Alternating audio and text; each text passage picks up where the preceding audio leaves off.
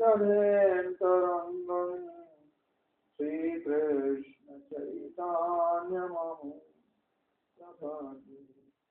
যিনি কৃপা গুণে ব্রহ্মাণ্ড কূপ হইতে ভঙ্গিপূর্বক রঘুনাথ দাসকে উদ্ধার করিয়া স্বরূপের নিকট অর্পণ করত তাহাকে অন্তরঙ্গ ভক্ত করিয়াছিলেন, সেই শ্রীকৃষ্ণ চৈতন্য চরণে আমি প্রপন্ন হই।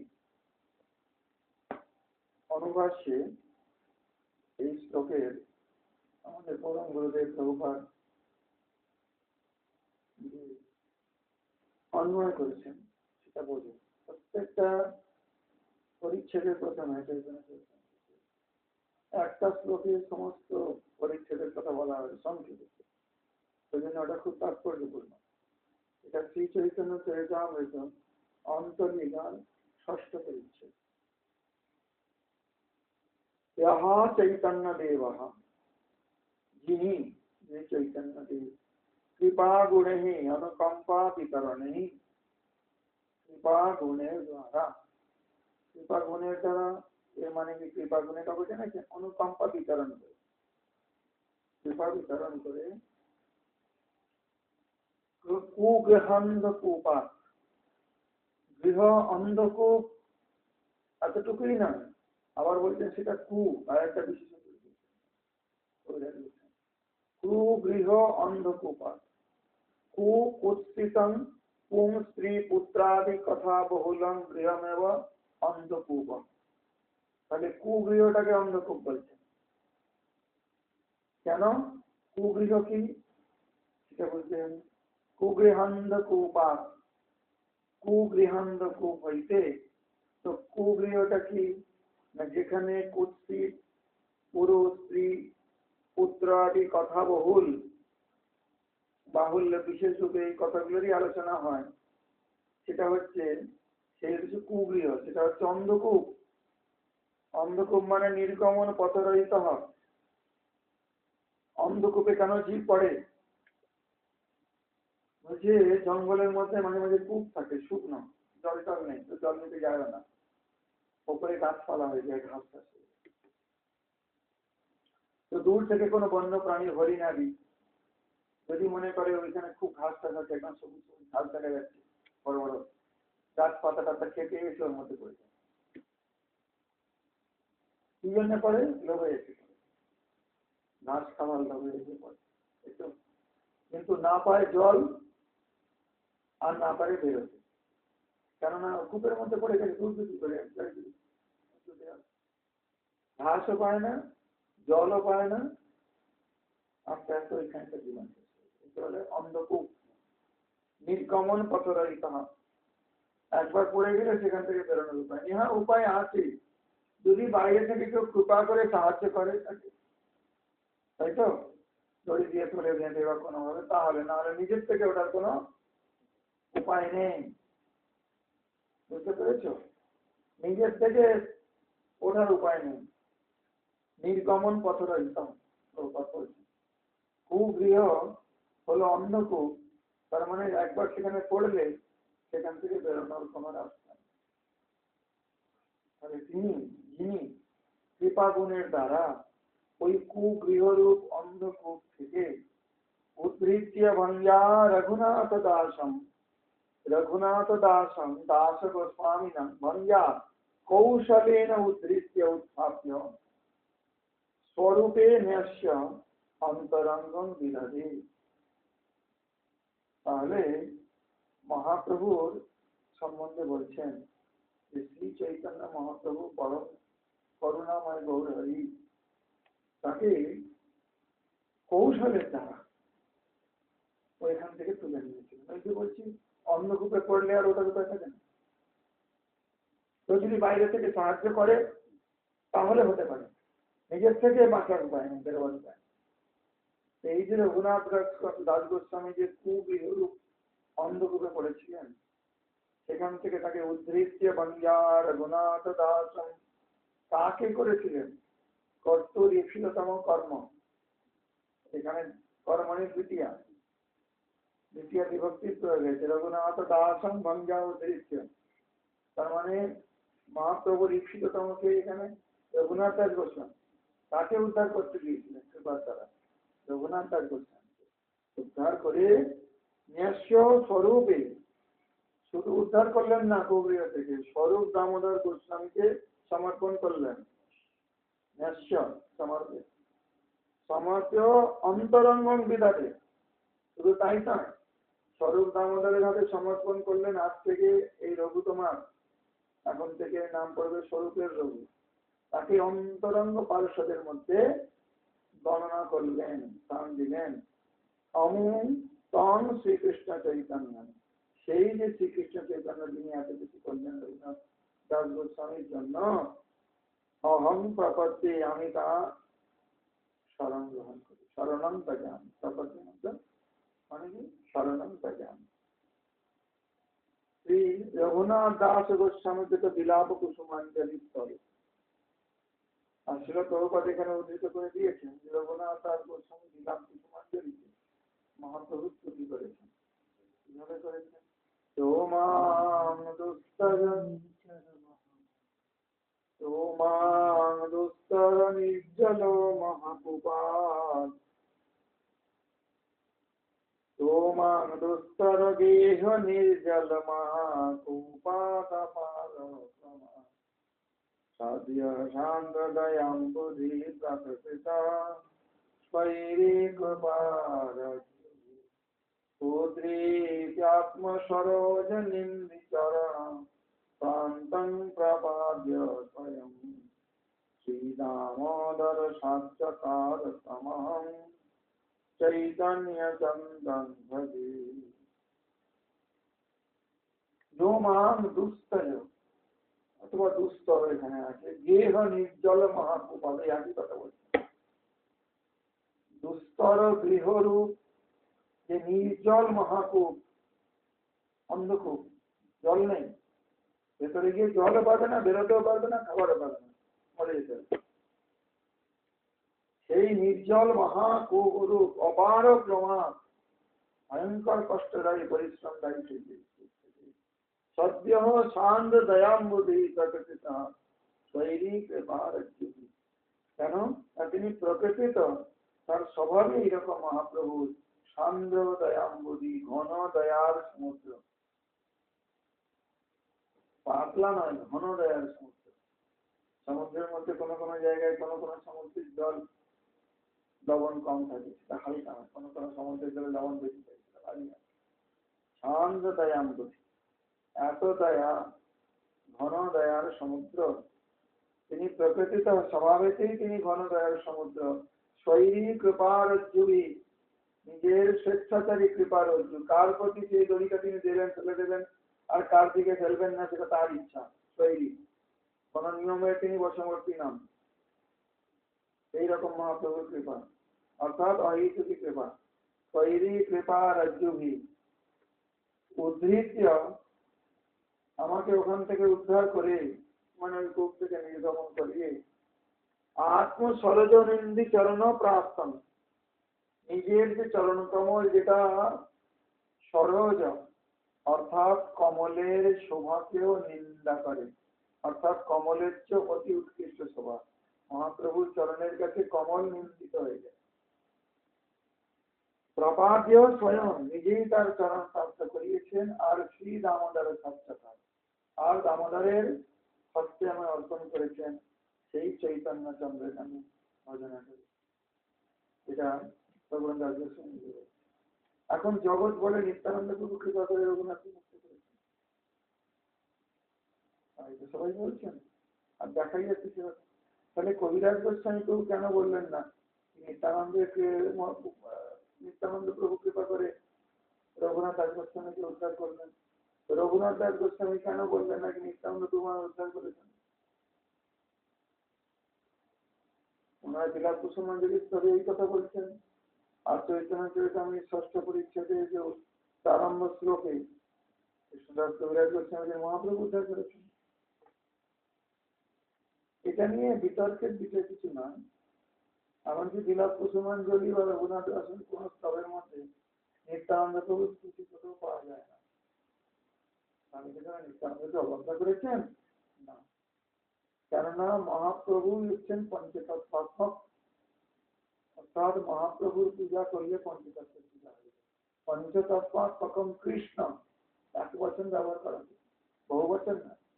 যদি পাঁচজনকে আলাদা আলাদা করে বলা হতো তাহলে বহু বচনের ব্যবহার হতো, কিন্তু এখানে এক বচন ব্যবহার করা হয়েছে। পঞ্চতত্ত্বাত্মকম কৃষ্ণম ভক্তরূপ স্বরূপকম ভক্তাবতারম ভক্তাক্ষম और भक्त शक्तिकम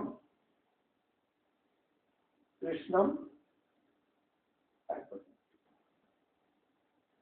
नमः।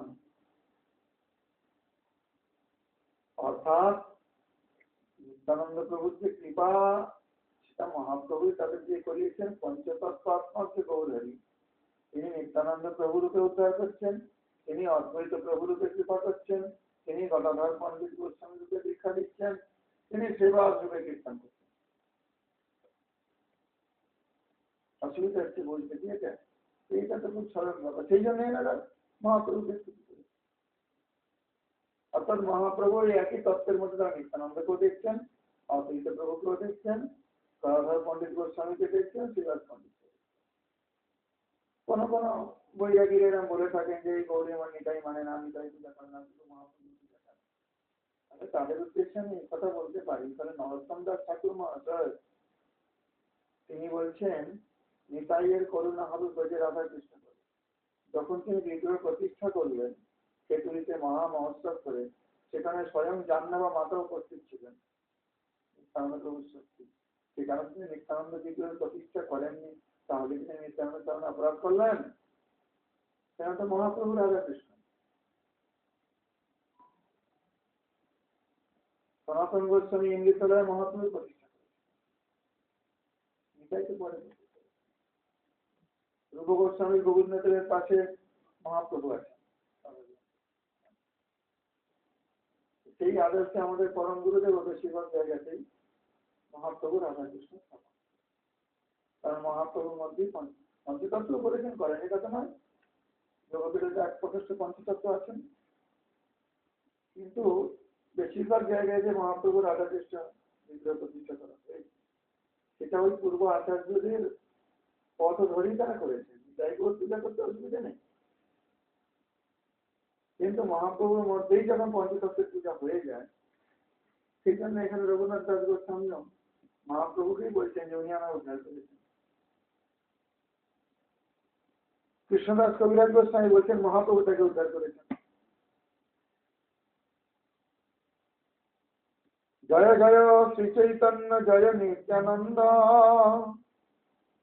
জয়াদ্বৈত চন্দ্র জয় গৌর ভক্ত বৃন্দ।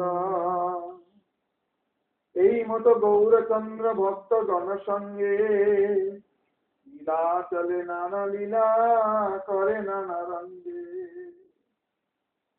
यद्यपि অন্তরে কৃষ্ণ বিয়োগ বাধে, বাহিরে না প্রকাশায় ভক্ত দুঃখ ভয়ে।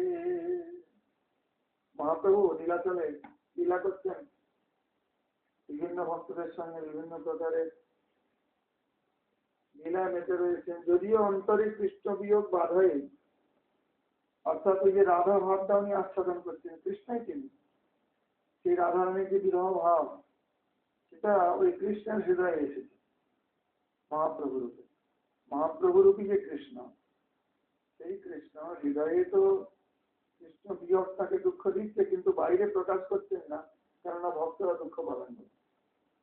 এটা একমাত্র গম্ভীর অন্তর প্রকাশকে গিয়ে ঠিক আছে নিজের মতো উৎকট বিরহ দুঃখ যাবে বাহিরায়, তবে যে বৈকল্য প্রভুর বর্ণনা না যায়। যখন উৎকট বিরহ দুঃখ বাইরে প্রকাশিত হয়, তখন মহাপ্রভুর যে বিকলতা সেটা বর্ণনা করা যায়। কারণ ওই রাধারানীর কৃষ্ণ বিরহে মাত্র বিরহ জগৎ হয়েছিল, সেটা এখন কৃষ্ণ নিজে আচরণ করছেন মহাপ্রভু। ওটা বর্ণন করে অবর্ণনীয়। কারণ এই সংসারে এই ধরনের বিরহ হতে পারে না। সংসারে প্রেম যথার্থ নেই, তো বিরহটা কোথেকে হবে? যথার্থ প্রেম তো কৃষ্ণকে, এই সংসারের প্রেম তো একটা আওয়াজ মাত্র, একটা প্রতিবিম্ব মাত্র। উৎকট বিরহ দুঃখ যাবে বাহিরায়, তবে যে বই কল্য প্রভুর বর্ণনা না যায়। রামানন্দের কৃষ্ণ কথা স্বরূপের গান, বিরহ বেদনায় প্রভুর রাখায় পরাণ। বিতলম দশায় রামানন্দ রায়ের কৃষ্ণ কথারূপ সংলাপ আর স্বরূপের গানই প্রভুর জীবন, মানে এই নিয়ে বেঁচে থাকেন। কেননা এই দুজন হচ্ছেন ওই ললিতা বিশাখা। কদলী বনে যখন রাধারানী কৃষ্ণ বিরহে একেবারে দশমী দশায় চলে যাচ্ছেন, তখন তারা তাকে সান্ত্বনা দিয়ে বিভিন্ন ভাবে কৃষ্ণ কথা শুনিয়ে প্রাণ রক্ষা করছেন।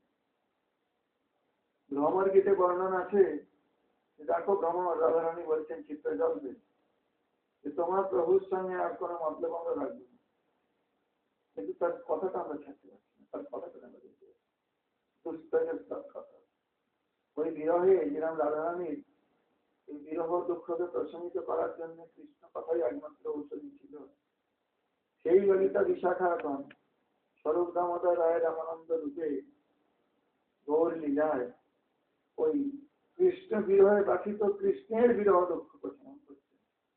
রামানন্দের কৃষ্ণ কথা স্বরূপের গান, যখন যে ভাব সে অনুযায়ী স্বরূপ দামোদর কোনো কীর্তন করেন, রামানন্দ কৃষ্ণ কথা বলেন। বিরহ বেদনায় প্রভুর রাখায় পরাণ, দিনে প্রভু নানা সঙ্গে হয় অন্যমন, রাত্রিকালে বাড়ে প্রভুর বিরহ বেদন। দিনের বেলা নানাবিধ কৃষ্ণ প্রসঙ্গে বিরহের গুরুত্ব লঘু হয়ে যায়, কিন্তু রাত্রিবেলা যখন অন্য কোনো প্রসঙ্গ থাকে না, তখন কি হয়? তখন নির্জনে কৃষ্ণ বিরহ দুঃখ আরো বৃদ্ধি। মহাপ্রভু তার সুখ হেতু সঙ্গে রহে দুই জানা, নিশ্চর শ্লোক গীতে করে না সান্ত্বনা। স্বরূপ আর রায় রামানন্দ প্রভু মহাপ্রভুর ওই ভাবের অনুযায়ী তৎ ভাবোপযোগী বচন ও গান দ্বারা প্রভুকে আশ্বাসন করেন। সারা রাত্রি ধরে মহাপ্রভু বিরহে ব্যাকুল, ওনারা সেই মতো গান কীর্তন অথবা কৃষ্ণ কথার দ্বারা মহাপ্রভুকে আশ্বাসন দিয়ে থাকেন। সুবল যেইছে পূর্বে কৃষ্ণ সুখের সহায়, গৌর সুখদান হেতু তৈছে রাম রায়। কৃষ্ণ যেরকম সুবল থাকা, সেরকম এই রামানন্দ রায় গৌরকে সুখ দান করেন। পূর্বে যেইছে রাধার ললিতা সহায় প্রধান, তৈছে স্বরূপ গোসাই রাখে প্রভুর প্রাণ। পূর্বে যেরকম রাধারানীর বিরহে ললিতাই ছিলেন প্রধান সহায়, এখন সেই স্বরূপ দামোদর, এই ললিতাই স্বরূপ দামোদরে দেখছেন, তিনি বিরহে মহাপ্রভু প্রাণ রক্ষা করেন। রাধারা যেমন ললিতার সতী, প্রভুর তেমন স্বরূপ, কৃষ্ণের যেমন সুবল সখা, প্রভুর তেমন রাম রায়। উভয়ই প্রভুর পরম শ্রেষ্ঠ অন্তরম, থেকে স্বরূপ দামোদর আর রায় রামানন্দ প্রভু। দুই জনার সৌভাগ্য কখনো না যায়, প্রভুর অন্তরঙ্গ বলি যারে লোকে গায়। এই রামানন্দ রায় আর স্বরূপ দামোদর সৌভাগ্য কবিরাজ গোস্বামী বলছেন বর্ণন করে পারা যায় না। কেন? এনাদের প্রভুর অন্তরঙ্গ বলে সকলে বিশ্বাস করেন। মহাপ্রভুর অন্তরঙ্গ ভাব এনারা জানেন, সেই ভাবকে পুষ্ট করেন, সেই ভাব অনুযায়ী কীর্তন এবং কথার দ্বারা মহাপ্রভুর যে কৃষ্ণ বিরহ ব্যথা সেটাকে শান্ত করেন। এই মতো বিহারে গৌর লয়া ভক্তগণ, রঘুনাথ মিলন রে শুন ভক্তগণ, এবার প্রসঙ্গে আসছেন। এই প্রকারে মহাপ্রভু যখন জগন্নাথপুরী নীলাচলে বিভিন্ন প্রকার ভক্তদের নিয়ে বিহার করছেন, এবার রঘুনাথ মিলন যে ভক্তগণ আপনারা শ্রবণ করুন। কে বলছেন এটা? কৃষ্ণদাস কবিরাজ গোস্বামী। পূর্বে শান্তিপুরে রঘুনাথ যাবে আইলা, মহাপ্রভু কৃপা করি তারে শিখাইলা। পূর্বে মহাপ্রভু দুবার বৃন্দাবনের জন্য যাত্রা করেন, একবার গৌড় হয়ে গেছেন, একবার ঝাড়খণ্ড হয়ে যাত্রা করলেন। যখন গৌড় দেশ হয়ে যাত্রা করেছিলেন বিজয়া দশমীর দিনে, তখন বলেছিলেন আমি মায়ের চরণ দর্শন করে, জননীর চরণ দর্শন করে, গঙ্গা দর্শন করে বৃন্দাবনে যাবো, নবদ্বীপ হয়ে গিয়েছিলেন।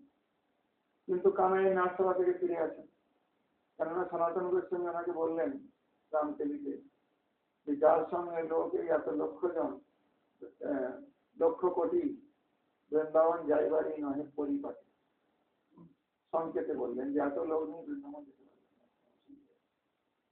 কারণ রাস্তায় হোসেন স্যার সন্দেহ হচ্ছে এত লোক এসেছে না কেন, আমি রাজা, আমি টাকা দিই, আমার টাকা আছে বলে আমার পেছনে লোক, এসব সামনে আছি, এর পেছনে এত লোক।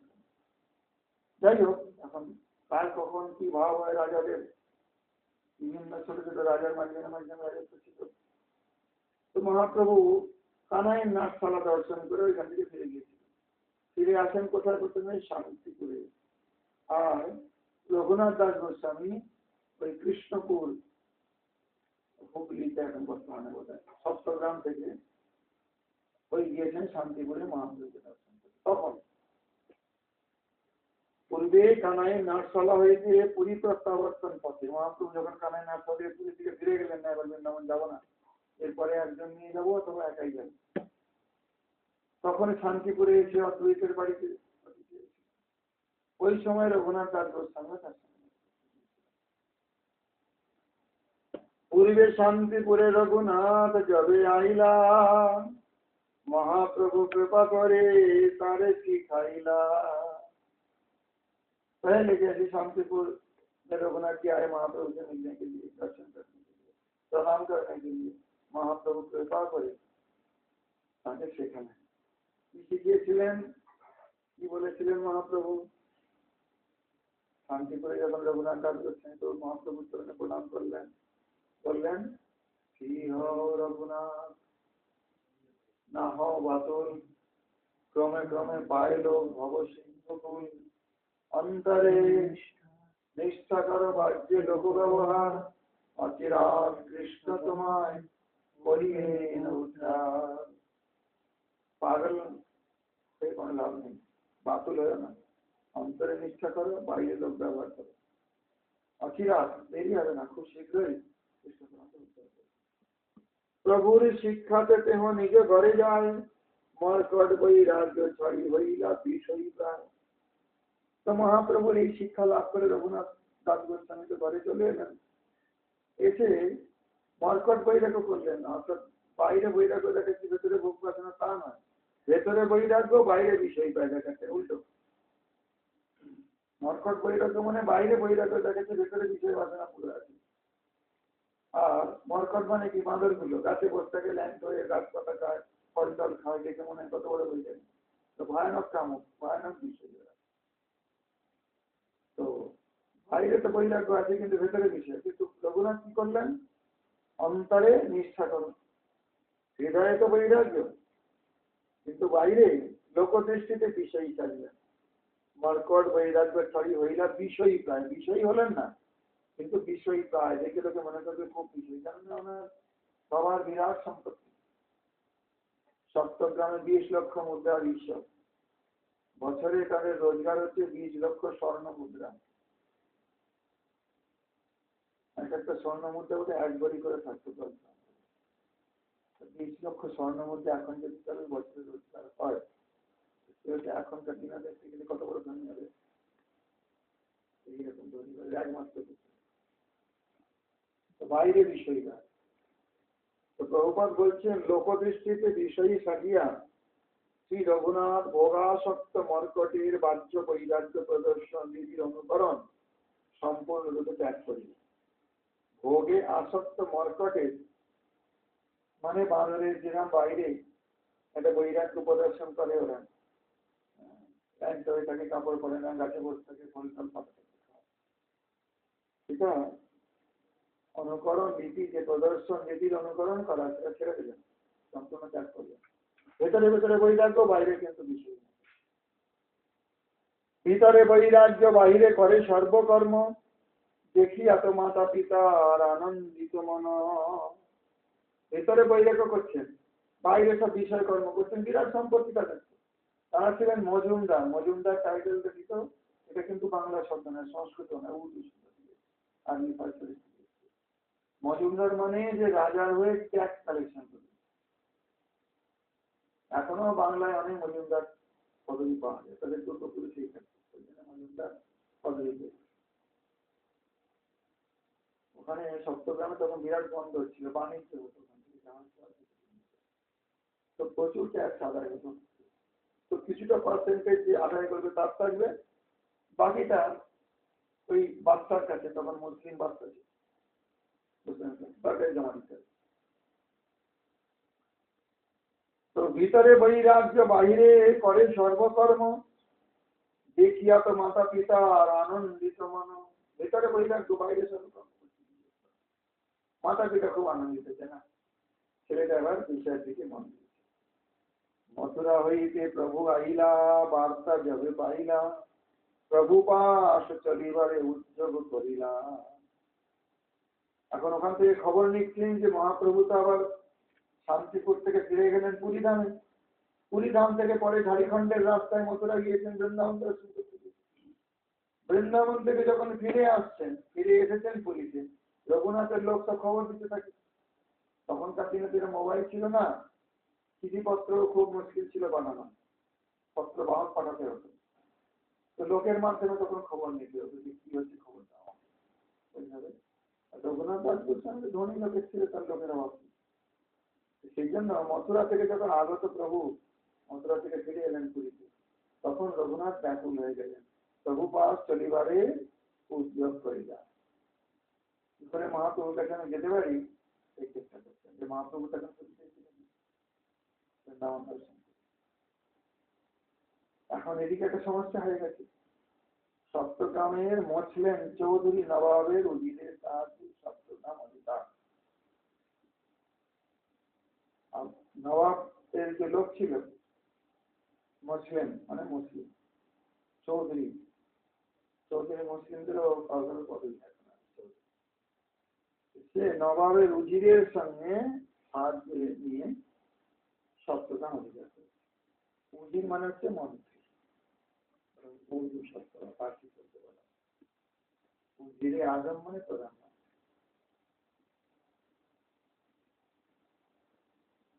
वजीर বলে, উজির বলে। স্থানকালে মুলুকের এক ম্লেচ্ছ অধিকারী, সপ্তগ্রাম মুলুকে সে হয় চৌধুরী। চতুর্ধুরী সংস্কৃতির এই শব্দ থেকে চৌধুরী।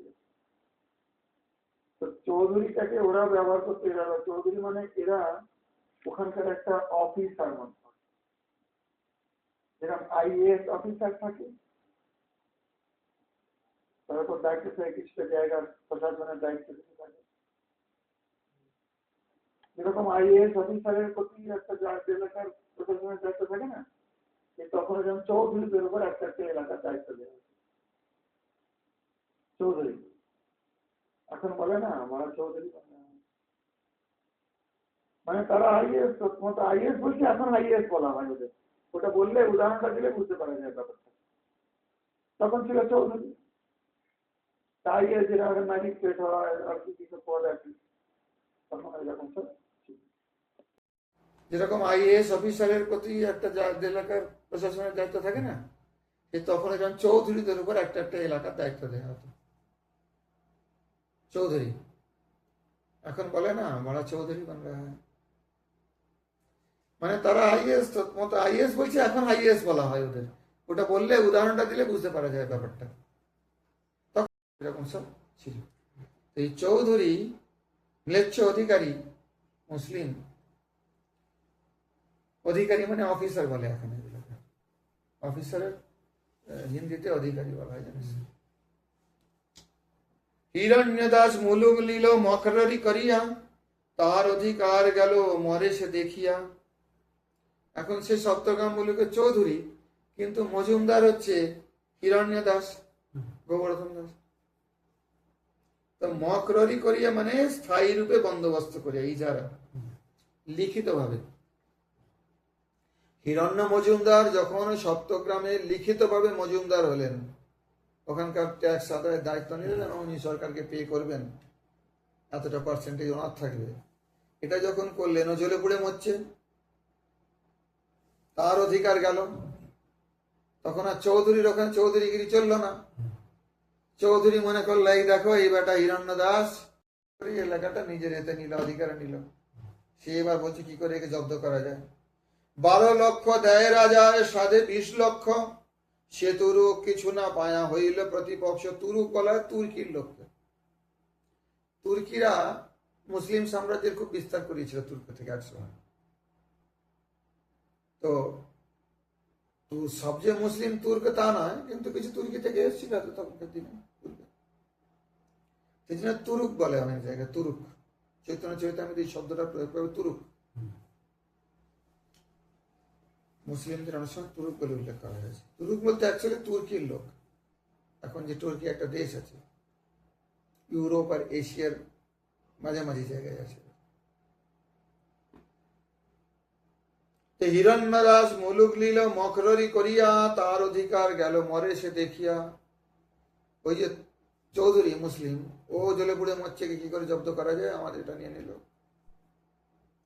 12 লক্ষ দেয় রাজায়, 20 লক্ষ, সে তুরুক কিছু না পায়া হইল প্রতিপক্ষ।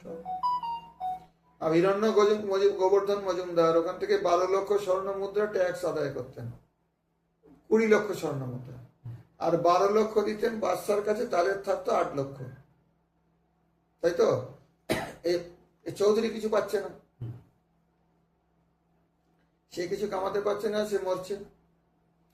তোর জন্য ওই সে প্রতিপক্ষ হয়ে গেল, এবারে দুশ্মন হয়ে গেল, শত্রু হয়ে গেল। যে 20 লক্ষ ট্যাক্স আদায় করছে, 12 লক্ষ সরকারের ওখানে জমা করছে, নিজে 8 লক্ষ রাখছে, আমার তো কিছু পাচ্ছি না আমি লাভ। রাজঘরে কৈফিয়ত দিয়া উজিরে আনিল, হিরণ্যদাস পলাইল রঘুনাথেরে বান্ধিল। চৌধুরী যাহারা প্রজাস্থানে আদায়যোগ্য করে নিজ প্রাপ্য চতুর্থাংশ লাভ গ্রহণ করিয়া ভূমি অধিকারীকে খাজানা দাখিল করেন, তাকে বলা হয় চৌধুরী।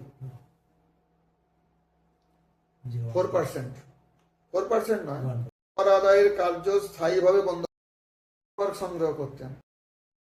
পাঠিয়েছে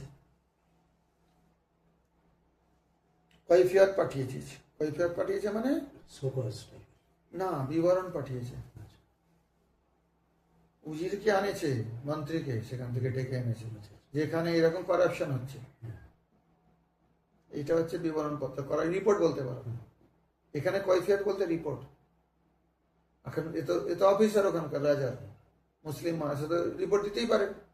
সে রিপোর্ট দিয়েছে উল্টো পাল্টা দিয়ে, রাজা এবার তো নিজে আসবে না, মুসলিম বাদশাহ মন্ত্রীকে পাঠিয়েছে, উজিরকে পাঠিয়েছে, উজিরে আনিল।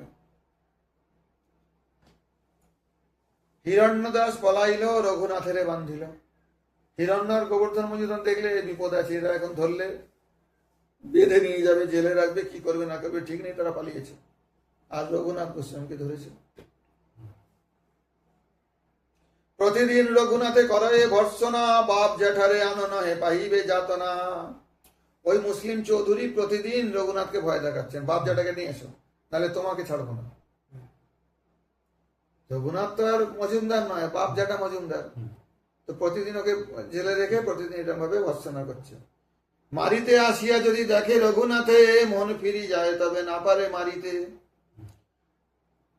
রোজ ভাবে গিয়ে ভালো করে পেটাই ওটাকে, মারধর করি, কিন্তু যখনই তার মুখটা দেখে রঘুনাথ দাস গোস্বামীর মনটা ফিরে যায়, মারতে পারে না। বাহ্যে রোষ, অন্তরে শঙ্কা। রাগ তো আছে বাইরে, ভেতরে ভয় আছে। কেন? বিশেষে কায়স্থ বুদ্ধে অন্তরে করে ডর, মুখে তর্জে গর্জে মারিতে সভয় অন্তর। তো অমৃত প্রভাব ভাষ্যে ছিল ভক্তিমের ঠাকুর বলছেন, রঘুনাথ, শ্রী রঘুনাথ যে মান্য ও ধনির পুত্র এবং পণ্ডিত, বিশেষত ব্রাহ্মণানুগত অতি প্রধান কায়স্থ বর্ণ হইতে জাত, ইহা জানিয়া ম্লেচ্ছ উজির আর তাহাকে মারিতে পারিত না। কায়স্থ বুদ্ধিতে ভয় করতে যেত, কায়স্থ এদের মারলে মুশকিল হয়ে গেছে। ব্রাহ্মণ অনুগত অতি প্রধান কায়স্থ, ইহা জানিয়া ম্লেচ্ছ উজির আর তাহাকে মারিতে পারিত না। সত্যযুগ হইতেই জানা যায় যে কায়স্থগণ রাজকর্মচারী। এটা ভক্তিমের ঠাকুর বলছেন। ক্ষত্রিয়ের সহিত তাহাদের তুল্য সম্মান, যথা যাজ্ঞবল্কে। যাজ্ঞবল্কের সংগীতা এখানে আছে একটা। চাট তস্কর দুর্বৃত্তির মহাসাহসিকাদিভি, পীঠ্যমানা প্রজা রক্ষেত কায়স্থৈশ্চ বিশেষত। অর্থাৎ রাজার ধর্ম এই যে দুষ্ট লোকের হস্ত হইতে প্রজাকে রক্ষা করিবেন, আবার নিজের প্রধান কর্মচারী রাজবল্লভ কায়স্থগণ যদিও কর্মসূত্রে প্রজাদিরও উপর পীড়ন করে, তাহাও বিশেষভাবে দেখিবেন। কারণ কখনো কখনো কায়স্থরা প্রজাদের উপর পীড়ন করতো, রাজার প্রিয়, তারা রাজকার্য করতে গেলে এখনো করে। কায়স্থ না করলেও যারা রাজকর্মচারী করে না, তাদের মাইনে দিয়ে আমরা রেখে দিয়েছি, আমাদের উপরে চটপট করে না, হবে না কাজ। আরে মাইনে তো আমরা দিচ্ছি, ট্যাক্স তো আমরা দিচ্ছি, তুমি কে? তখন এইরকম কেউ কেউ করতো, যদি করতো তখন রাজাকে সেটাও দেখতে হবে যে আমার কর্মচারীরা কায়স্থরা যেন প্রজাদের উপর উৎপীড়ন না করে। এটা যাজ্ঞবল্ক্য সংহিতায় শব্দটা আছে। কেননা রাজার প্রধান কর্মচারীগণ কোন দৌরাত্ম করিলে রাজার বিশেষ মনোযোগ ব্যতীত তাহা হইতে রক্ষা নাই। কারণ রাজা যদি সেটা না দেখে তাহলে তো কেউ রক্ষা করতে পারবে না। রাজার কর্মচারী তারা, তাদের হাতে প্রশাসন আছে, তাদের হাতে সেনা আছে, সবকিছু তাদের হাতে, তো সেখানে রাজাকেই দেখতে হবে। ওই জন্য এরকম কথাটা দেয়া আছে। তো এই থেকে প্রমাণ দিচ্ছেন যে সত্যযুগ থেকে এই কায়স্থগণ রাজকর্মচারী ছিল, ক্ষত্রিয়ের সঙ্গে তাহাদের তুল্য সম্মান ছিল। আর তাদের যে বুদ্ধি আছে, ওই বুদ্ধিটাকে মুসলিম চৌধুরীও ভয় পাচ্ছে যে একে যদি আমি মারধর করি আমার বিপদ হতে পারে। বাইরে তো ইচ্ছা আছে, ক্রোধ আছে খুব, ভেতরে ভেতরে বাইরে একটা শঙ্কা আছে, অন্তরে শঙ্কা আছে, বাইরে ক্রোধ দেখাচ্ছে। ওই জন্য মারতে পারছে না, ভয় দেখাচ্ছে, বাপ জায়গাকে নিয়ে এসো না তোমাদের পেটাবো, ইত্যাদি ইত্যাদি। আর মানদ রঘুনাথ মধুরভাষী, তিনি খুব মধুরভাবে মিষ্টি করে কথা বলতে পারেন। রঘুনাথ দাস গোস্বামী তিনি মুসলিম চৌধুরীর প্রতি সবিনয় উক্তি করলেন, খুব বিনয় করে বললেন, তবে রঘুনাথ কিছু চিন্তিলা উপায়, বিনতি করিয়া কহে সেই ম্লেচ্ছ পায়। অর্থাৎ 12 লক্ষ দেয় রাজায়, সাধে 20 লক্ষ। এখানে বলছেন প্রভুপাদ 20 লক্ষ আদায় করিয়া রাজাকে চতুর্থাংশ বাদে 15 লক্ষ দাখিল করিবার পরিবর্তে 12 লক্ষ দিতে হয়। রাজাকে কত দিতে হবে তাহলে? 15 লক্ষ। চতুর্থাংশ এদের থাকবে, কিন্তু এরা 12 লক্ষ দিয়ে 8 লক্ষ রাখতো নিজেরা। তো ওই চৌধুরী রিপোর্ট দিল যে এইসব কেন করাপশন চলছে, সেই জন্য এসে এদের বেঁধেছে। বোঝা গেল?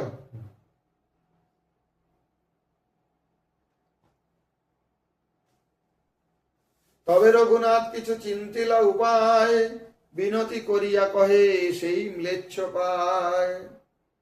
রঘুনাথ দাস গোস্বামী করছেন কিছু উপায় তো করতে হবে বুদ্ধি করে, তো খুব বিনতি করে ম্লেচ্ছকে বলছেন, মানে ওই চৌধুরীকে বলছেন, আমার পিতা জ্যাঠা হয় তোমার 2 ভাই, ভাই ভাইয়ে তোমরা কলহ করো সর্বদাই, কভু কলহ কভু প্রীতি ইহার নিশ্চয় নাই, কালী পুনঃ 3 ভাই হইবা এক ঠাই, আমি জইছে পিতার তৈছে তোমার বালক, আমি তোমার পাললে তুমি আমার পালক, পালক হইয়া পাললে রে তাড়িতে না জুয়ায়, তুমি সর্বশাস্ত্র জানো জিন্দা পীর প্রায়। খুব তেল দিয়েছেন, মানে যাকে বলা যায় ওকে, তুমি তো সব শাস্ত্র জানো, তুমি তো জ্যান্ত পীর, জিন্দা পীর। জিন্দা পীর সমঝতে हो না, জ্যান্ত পীর, তুমি তো সব শাস্ত্র জানো। দেখো আমার বাবা জ্যাঠা তোমরা 2 ভাই হয়, ভাইয়ে ভাইয়ে তোমরা ঝগড়া করতে থাকো, কখনো ঝগড়া করো কখনো প্রীতি হয়, এর তো কোনো নিশ্চয় নেই। আজকে তোমাদের ভাই ভাইয়ের ঝগড়া হয়েছে, কালকে আবার ভাই ভাইয়ের ঝগড়া মিটে যাবে। তা আমি যেরকম আমার পিতার পুত্র, সেরকম তোমারও তো আমি পুত্র, ভালো পুত্র তুল্য। তা আমি তো তোমার পাললো, তুমি তো আমার পালক, আমাকে কত রক্ষা করবে। তুমি আমাকে তাড়না করছো কেন এরকম? তোমাদের ভাইয়ে ভাইয়ে ঝগড়া, আমি ছোট বালক তোমাদের, আমাকে এরকম এর মধ্যে আনছো কেন? এত শুনি সেই ম্লেচ্ছের মন আর্দ্র হইল, দাড়ি বহি অশ্রু পড়ে কাঁদিতে লাগিল।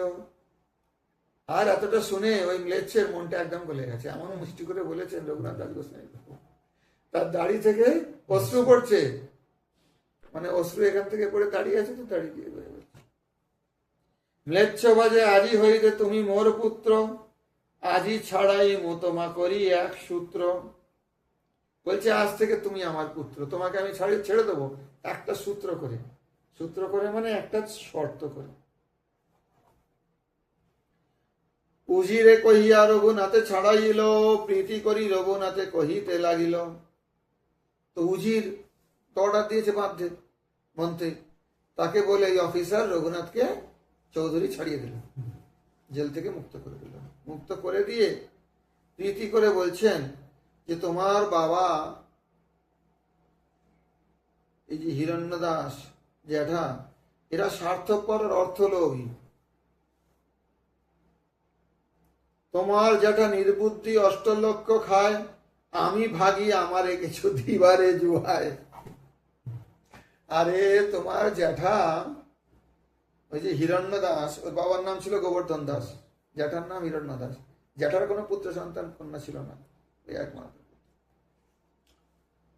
বলছেন তোমার জ্যাঠা নির্বুদ্ধি, আর এসে 8 লাখ খাচ্ছে, তা আমি তো ভাগি, আমিও তো কিছু ভাগ পাওয়ার আছে, আমি একটা সরকারি অফিসার, আমায় তো কিছু দিতে হয়। তার মানে কি তুমি করাপশন করছো, করো, আমাকে তো কিছু দাও। এখন এরকম হয়তো, তখন এরকম হতো।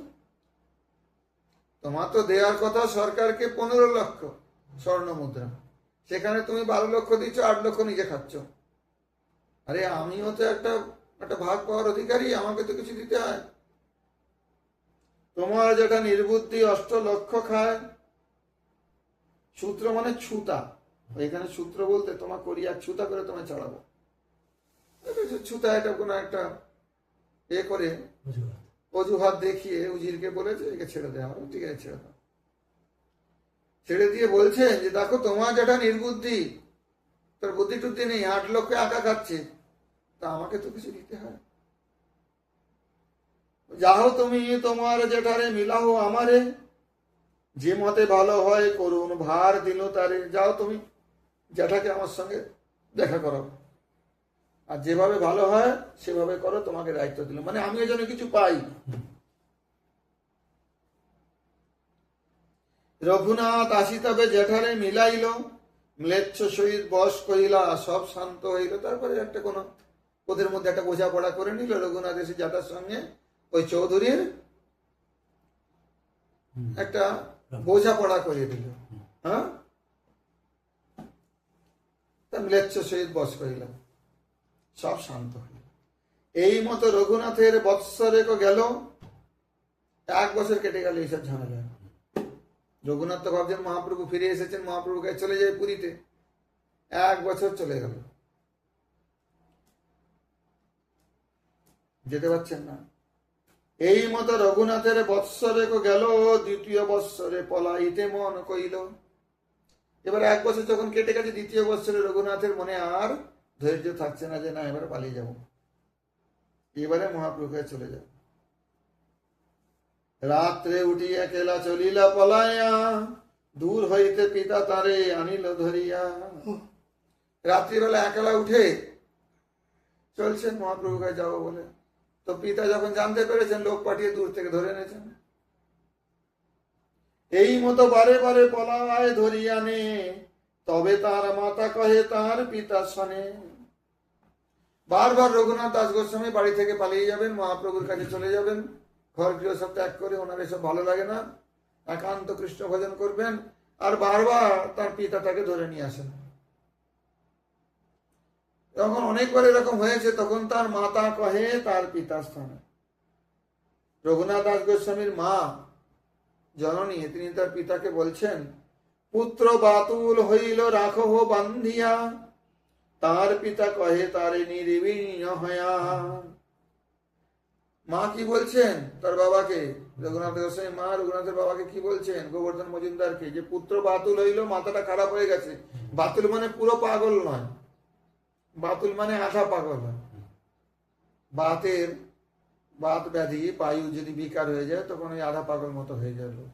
তো পুত্র বাতুল হইল রাখলো বাখো বান্ধিয়া, ছেলের তো মাথার গোলমাল হয়ে গেছে, ওকে বেঁধে রেখে দাও। তার পিতা কহে তারে নির্বিণ্ণ হইয়া, মানে বৈরাগী হয়ে, নির্বিণ্ণ হয়ে মানে নিরাসক্ত হয়ে বলছেন, নির্বিণ্ণ।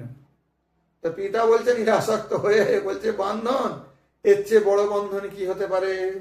ইন্দ্র সম ঐশ্বর্য স্ত্রী অপ্সরা সম, এসব বান্ধিতে নারী লেগ যার মন, দড়ির বন্ধনে তারে রাখিবা কে মতে, জন্মদাতা পিতা নারে প্রারব্ধ খণ্ডাইতে। বলছেন দড়ির বন্ধন সামান্য, এর ইন্দ্রসম ঐশ্বর্য। এর স্ত্রী আছে নববিবাহিত, রঘুনাথ দাস গোস্বামী বিবাহিত ছিলেন, স্ত্রী অপ্সরা সম স্ত্রী, ইন্দ্রসম ঐশ্বর্য, এগুলো যদি তাকে না বাঁধতে পারে তো দড়ির বন্ধনে তারে রাখিবা কে মতে। দড়ি দিয়ে বাঁধন কি করে? দড়ির বন্ধনে কতটুকু শক্তি? এই বন্ধনেই তো লোক বোধে পড়ে থাকে সংসারে, স্ত্রী আর ঐশ্বর্য, এ দুটোই আছে। তাতে যখন বাঁধতে পারলো না এর মনকে, দড়ির বাঁধনে কি করে বাঁধবে? জন্মদাতা পিতা আমি হতে পারি, কিন্তু এই যে প্রারব্ধ নিয়ে এসেছে, যে কর্মটা এই জন্মে ভুগবে বলে নিয়ে এসেছে, সেটা খণ্ডন করার শক্তি পিতার নেই। জন্মদাতা পিতা নারে প্রারব্ধ খণ্ডাইতে। দেহের জনক বা শৌক্র জন্মদাতা পিতা, জীবের প্রারব্ধ অপারব্ধ কর্মনাশক নিত্য প্রভু বা ঈশ্বর নয়েন। হ্যাঁ, ভগবান নিত্য প্রভু, তিনি প্রারব্ধ অপারব্ধ সব প্রকারের কর্ম খণ্ডন করতে পারেন, কিন্তু জন্মদাতা পিতা কারোর প্রারব্ধ খণ্ডন করতে। প্রারব্ধ মানে এই জন্মে যে কর্মটা ভোগার জন্য শরীর ধারণ করেছে, তাকে সে করবেই সেগুলো, যেটা করার জন্য এসছে। আর একটা কথা বললেন তার পিতা গোবর্ধন মজুমদার, চৈতন্যাবিষ্ট সেবকী মুক্ত বা অপ্রাকৃত, চৈতন্য চন্দ্রের কৃপা হয়ে আছে ইহারে, চৈতন্য প্রভুর বাতুল কে রাখিতে পারে। চৈতন্য চন্দ্রের কৃপা হয়েছে এর উপরে, আর যে মহাপ্রভুর বাতুল হয়েছে, মহাপ্রভুর জন্য যার মাথা খারাপ হয়েছে, তাকে কে রাখতে পারবে? তার মানে তারাই মুক্ত, অপ্রাকৃত মহাপ্রভু সেবক। এবার নিত্যানন্দ প্রভু পানিহাটিতে আসিলে রঘুনাথের তৎচরণ দর্শন। নিত্যানন্দ প্রভু গঙ্গার দুই তীরে, কখনো এই ধার ধরে কখনো ওই ধার ধরে, পূর্ব আর পশ্চিম তীর ধরে তার ভক্ত গোষ্ঠী নিয়ে কীর্তন করে বেড়ান ভক্তদের ঘরে ঘরে। নাম প্রেম প্রচার, মহাপ্রভু বলেছেন তুমি বঙ্গে গিয়ে এই প্রচার করো, নাম প্রেম দাও। নিত্যানন্দ প্রভু এইরকম চলতে চলতে এসেছেন পানিহাটিতে, রাঘবের ভবনে, গঙ্গা তীরে পানিহাটি। তবে রঘুনাথ কিছু বিচারিলা মনে, নিত্যানন্দ গোসাইর পাশ চলিলা আর দিনে। রঘুনাথ দাস গোসাই মনে মনে কিছু বিচার করে বললেন, নিত্যানন্দ প্রভু পানিহাটিতে এসেছেন, ওইখানে আমি যাই। পালালে তো বাবা ধরে নিয়ে আসছে বারবার। পানিহাটি গ্রামে পাইলা প্রভুর দর্শন, কীর্তনিয়া সেবক সঙ্গে আর বহুজন। নিত্যানন্দ প্রভু তো একা যাচ্ছেন না, তার সঙ্গে বহু সেবক এবং কীর্তনকারী। পানিহাটি গ্রামে এসে নিত্যানন্দ প্রভুর দর্শন পেলেন। নিত্যানন্দ প্রভুর সঙ্গে অনেক সেবক আছেন, অনেক কীর্তনকারী আছেন। আর কোথায় বসে আছে নিত্যানন্দ প্রভু? গঙ্গা তীরে বৃক্ষ মূলে পিণ্ডার উপরে বসিয়া আছেন প্রভু, যেন সূর্যোদয় করে। গঙ্গার তীরে বৃক্ষের মূলে একটা পিণ্ডি বাঁধানো, মানে একটা বেদি করা আছে, সেই বেদির ওপরে নিত্যানন্দ প্রভু বসে আছেন যেন সূর্যোদয় করে। এত জ্যোতির্ময় নিত্যানন্দ প্রভু, মনে হচ্ছে সূর্য উঠেছে এখানে গাছের নিচে। তলে উপরে বহু ভক্ত হইয়াছে বেষ্টিত, দেখি প্রভুর প্রভাব রঘুনাথ বিস্মিত। নিত্যানন্দ প্রভুর এই প্রভাব দেখে তার নিচে মাটির উপরে অনেক ভক্ত বসে আছেন, কেউ কেউ আবার বেদির উপরেও বসে আছেন, বহু ভক্ত। এটা দেখে রঘুনাথ আশ্চর্য হয়েছেন। দণ্ডবত হইয়া পড়িলা কত দূরে, সেবক কহে রঘুনাথ দণ্ডবত করে। দূর থেকে দণ্ডবত করছেন রঘুনাথ দাস গোস্বামী নিত্যানন্দ প্রভুকে। অনেক ভিড় তো, কিন্তু নিত্যানন্দ প্রভু যিনি সেবক তার কাছে আছেন, তিনি তাকে বলছেন এই রঘুনাথ আপনাকে দণ্ডবত করছেন। নিত্যানন্দ প্রভু আগে থেকেই রঘুনাথকে জানেন। মহাপ্রভুর পার্শ্বদরা, নবদ্বীপবাসী ব্রাহ্মণরা প্রায় সব জানেন ওকে, কেননা ওনার পিতা দান করেন ব্রাহ্মণদের প্রচুর। কেন ব্রাহ্মণ তখন নবদ্বীপে ছিল না, মহাপ্রভু পার্শ্বদ যারা কিছু নেয়নি তাদের কাছে, এরকম খুব কম, সকলেই চেনেন। তো প্রভু নিত্যানন্দ প্রভু নিজের অন্তরঙ্গ এবং নিজজন বিচার করে রঘুনাথকে নিত্যানন্দের কৃপা, নিত্যানন্দ প্রভু থেকে ডাকলেন। শুনি প্রভু কহে চোরা দিলি দর্শন, আয় আয় আজি তোর করি মুদণ্ডন। এই তুই চোর, আজকে আমায় দর্শন দিলি, দর্শন করতে আসিস নি, আমার দর্শন দিতে এসেছিস। আয় তোকে আজ দণ্ড দেবো।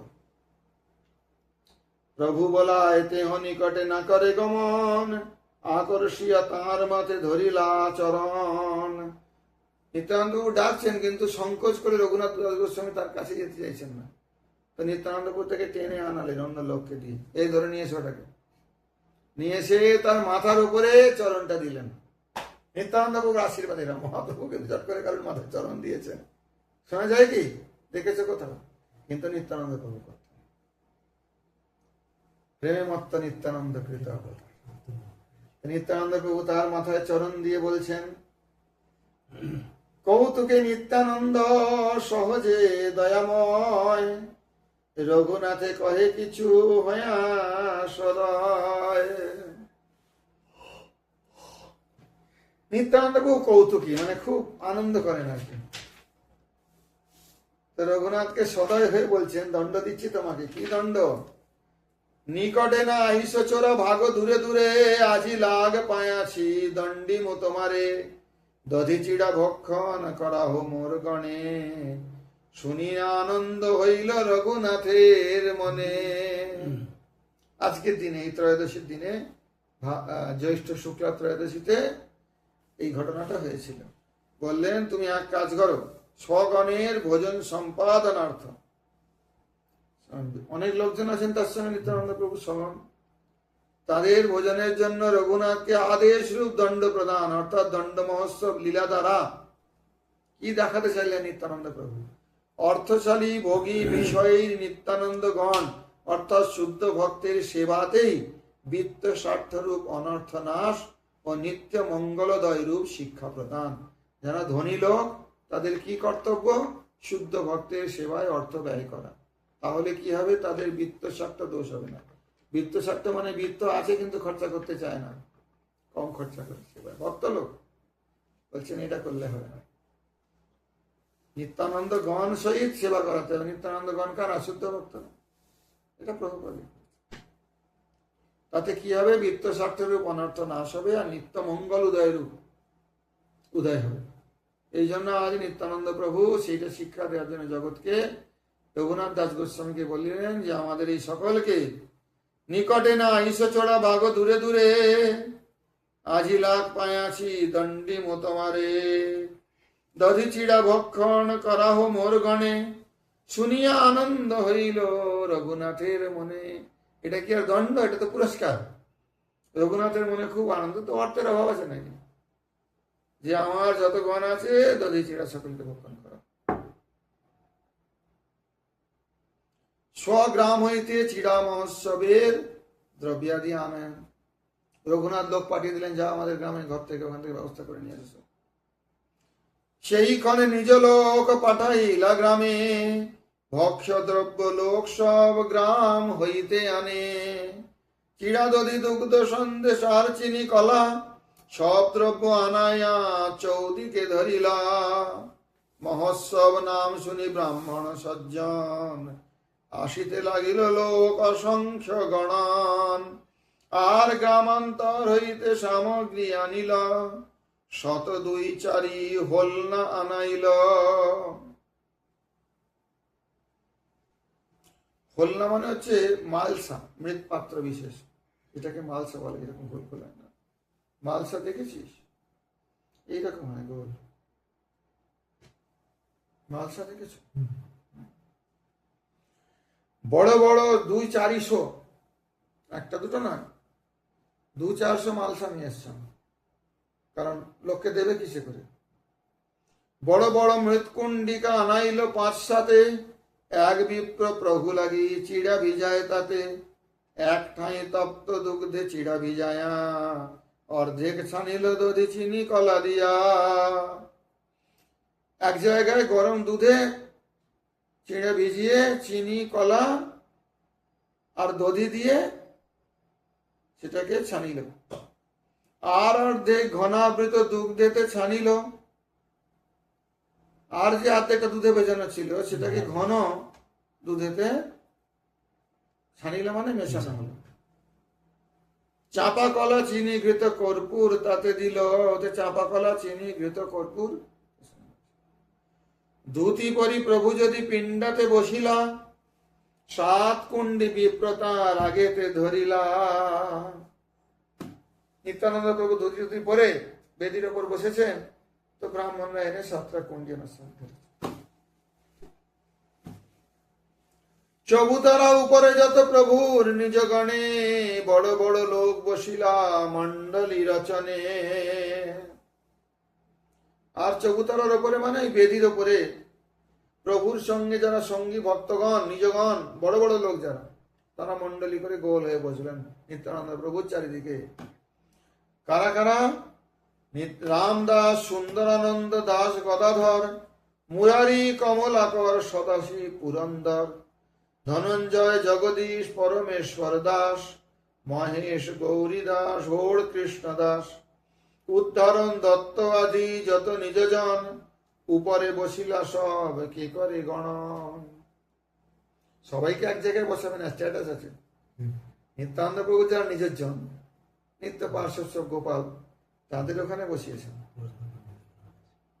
পুরঞ্জয় পণ্ডিত আছেন, মুরারি, কমলাকার, সদাশিব, পুরন্দর, ধনঞ্জয়, জগদীশ পণ্ডিত, মহেশ পণ্ডিত, গৌরীদাস পণ্ডিত, উদ্ধরণ দত্ত শ্বশুর করেছিলেন, সব করে বসলেন। কোথায় বসলেন? নিত্যানন্দ প্রভুর চারিদিকে চতুর্থ পুত্রে গোল হয়ে বসলেন। পুরন্দর আদি 11 পরিচ্ছেদ 28 সংখ্যার অনুভাষ্য দ্রষ্টব্য ওখানে দিয়েছেন। পুরন্দর শুনি পণ্ডিত ভট্টাচার্য যত বিপ্র আইলা, মান্য করি প্রভু সবার উপরে বসাইলা। বৈষ্ণবে জাতি বুদ্ধিহীন বিপ্রগণের মহাপ্রসাদ সম্মান। সব ব্রাহ্মণরা তো আসবেন না, কিন্তু যারা বৈষ্ণব জাতি বুদ্ধি করতেন না, সেই ব্রাহ্মণরা সব এসেছেন, শুনে এসেছেন। মান্য করি প্রভু সবারই উপরে বসাইলা। নিত্যানন্দ প্রভু ব্রাহ্মণদেরও কিন্তু চবুতারার উপরে বসালেন, নিচে নয়, বেদির উপর। 2 মৃৎকুণ্ডিকা সবার আগে দিল, একে দুগ্ধ চিড়া রে দধি চিড়া কইল। 2 করে মালসা দিচ্ছে সব, একটা দুধ চিড়া, একটা দই চিড়া। আর যত লোক সব চৌতারা তলানে, মন্ডলী বন্ধে বসিলা তার না হয় গণনে। আর বাকি লোক সব নিচে বসলো মাটিতে, মন্ডলী বন্ধ মানে গোল গোল হয়ে। এক এক জনরে 2 হলনা দিল, দধি চিড়া দুগ্ধ চিড়া দুইতে ভিজাইল। কোন কোন বিপ্র উপরে স্থান না পায়া, 2 হলনায় চিড়া ভিজায় গঙ্গা তীরে গিয়া। আর সব অনেক ব্রাহ্মণ এসছে, অনেকের দোকানে বসার জায়গা হয়নি, তারা ওদের সঙ্গে বসেনি, তারা গঙ্গায় গিয়ে ভেজাচ্ছে, গঙ্গার জলে নেবে। তীরে স্থান না পায়া আর কতজন, জলে নামে দধি চিড়া করায় ভক্ষণ। কেহ উপরে, কেহ তলে, কেহ গঙ্গা তীরে, 20 জন 3 ঠাঁই পরিবেশন করে। হেন কালে আইলা তথা রাঘব পণ্ডিত, হাসিতে লাগিলা দেখি হয়া বিস্মিত। রাঘবের বাড়ি তো ওখানে, ওখানে হচ্ছে এরকম গঙ্গা তীরে। রাঘব পণ্ডিত এসে হাসছেন, দেখেছে এ তো বড় লীলা হচ্ছে। নিশকড়ি নানা মতো প্রসাদ আনিলা, প্রভুরে আগে দিয়া ভক্ত গণে বাটি দিলা। নিশকড়ি মানে পক্কি রসুন, যেটা তেলে পাকানো হয়েছে অথবা ঘিয়ে পাকানো হয়েছে তাকে বলে পক্কি, সেইগুলো নিয়ে এলেন। কেন সগড়ি আনলেন না কেন?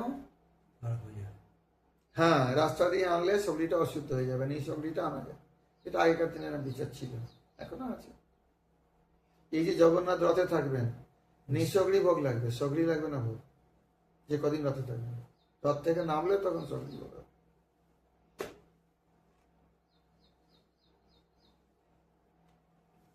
প্রভুরে কয়ে তোমা লাগি ভোগ লাগাইল, তুমি হিয়া উৎসব করে ঘরে প্রসাদ রহিল। আর নিত্যানন্দ প্রভুকে অনুরোধ করছেন যে আপনার জন্য এত কিছু রান্না করেছি বাড়িতে, আপনি তো এখানে এসে উৎসব করছেন, তুমি এখানে উৎসব করছো, ঘরে তো প্রসাদ রয়ে গেল সব। নিঃসগড়ি গুলো নিয়ে এসছে, সগড়ি গুলো তার ঘর থেকে আনতে পারছি না। এখন নিত্যানন্দ প্রভুর সেই গোপ ও অভিমান ব্রজলীলার উদ্দীপন হয়েছে। উনি বলছেন, এ দ্রব্য দিনে করিয়ে ভোজন, রাত্রে তোমার ঘরে প্রসাদ করিমু ভক্ষণ। গোপ জাতি আমি বহু গোপগণ সঙ্গে, আমি সুখ পাই এই পুলিন ভোজন রঙ্গে। যমুনার তীরে যেরকম আমরা সব গোপ বালকদের সঙ্গে বসে পুলিনে ভোজন করেছি, আমার এটি আনন্দ হয়, গঙ্গার তীরে বসে মনে হচ্ছে সেই পুলিন ভোজনের স্মৃতি আসছে ব্রজলীলার। বলরাম তো রাঘবে বসায় দুই কুণ্ডি দেওয়াইলা, রাঘব জীবিত চিরা তাতে ভিজাইলা। রাঘবকে বলেন তুমি এখানে বসো, সকালে এটা খাবো, রাত্রে তোমার বাড়ি গিয়ে যা রান্না হচ্ছে সেগুলো খাবো। বোঝা গেল? সকল লোকের চিরা পূর্ণ যাবে হইল, ধ্যানে তবে প্রভু মহাপ্রভুরে আনিল। যখন সবার চিরা পূর্ণ হয়ে গেছে মালসায়, তখন কেউ কিন্তু খায়নি, তখন নিত্যানন্দ প্রভু ধ্যানেতে মহাপ্রভুকে আনছেন। কোত্থেকে আনছেন? পুরীর থেকে। মহাপ্রভু পুরীতে আছেন। মহাপ্রভু আইলা দেখে নিতাই উঠিলা, তারে লয়া সবার চিড়া দেখিতে লাগিলা। আর কিরকম ভোগ লাগছে, অদ্ভুত। আমরা তো মন্দিরে এমনি ভোগ লাগিয়ে দিই, ঠাকুরকে প্রসাদ বাঁটা হয় গিয়ে বাজি মিশিয়ে দিয়ে, এখানে সেরকম নয়। মহাপ্রভুকে সঙ্গে নিয়ে নিত্যানন্দ প্রভু প্রত্যেকের সামনে যাচ্ছেন। ওই দুটো করে পাত্র ধরা আছে মালসা, সকল কুণ্ডির হল্লার চিরার এক এক গ্রাস, মহাপ্রভুর মুখে দেন করি পরিহাস। যতজন আছেন মানে চৌতারার উপরে, বেদির উপরে, অথবা নিচে, অথবা গঙ্গা তীরে, সামনে দুটো মালসা, একটা দই চিড়া দুধ চিড়া নিয়ে সকলের থেকে একটু একটু করে নিয়ে মহাপ্রভু মুখে দিয়ে এইভাবে ভোগ লাগছে। কিরকম অদ্ভুত ব্যাপার। সকল কুণ্ডির হলনার চিড়ার এক এক গ্রাস, মহাপ্রভুর মুখে দেন করি পরিহাস। হাসি মহাপ্রভু আর এক গ্রাস লয়া, তার মুখে দিয়া খাওয়ায় হাসিয়া হাসিয়া। আর মহাপ্রভু কি করছেন? ওই সকলের থেকে নিয়ে নিতাইয়ের মুখে এক গ্রাস করে দিচ্ছেন। এই গোপ বালকরা কি করতো? সবাই যে যার খাবার নিয়ে বসে আছে, সকলে কৃষ্ণকে খাওয়াচ্ছে একটু করে, দেখলে কিরকম লাগে। এই দ্বাপর যুগের লীলা কলিযুগে গঙ্গার তীরে পানি হাঁড়িতে প্রকট হয়েছিল। এই মতো নিতাই বলে সকল মন্ডলে, দাঁড়ায়া রঙ্গ দেখে বৈষ্ণব সকলে। সব বৈষ্ণবরা দাঁড়িয়ে দাঁড়িয়ে দেখছেন, রঙ্গ দেখছেন। সবাই কিন্তু দেখতে পাচ্ছেন না মহাপ্রভুকে, কে কেউ দেখতে পাচ্ছেন। উভয়ের রঙ্গ কাহারও অদৃষ্ট, সুকৃতি সম্পন্ন কাহারও দৃশ্য ব্যাপার। সমস্ত বৈষ্ণবদের মধ্যে সবাই যে দেখতে পাচ্ছেন মহাপ্রভুকে তা নয়, সুকৃতি সম্পন্ন কেউ কেউ দেখতে পাচ্ছেন, বাকিদের কাছে অদৃশ্য। তারা নিত্যানন্দ প্রভুকে দেখছেন, মহাপ্রভুকে দেখতে পাচ্ছেন। কি করিয়া বেড়াইয়া কেহ নাহি জানে, মহাপ্রভুর দর্শন পায় কোন ভাগ্যবানে। তবে হাসি নিত্যানন্দ বসিলা আসনে, চারি কুণ্ডি আড়োয়া চিড়া রাখিলা ডাইহিনে। আড়োয়া চিড়া মানে আতপ চিড়া।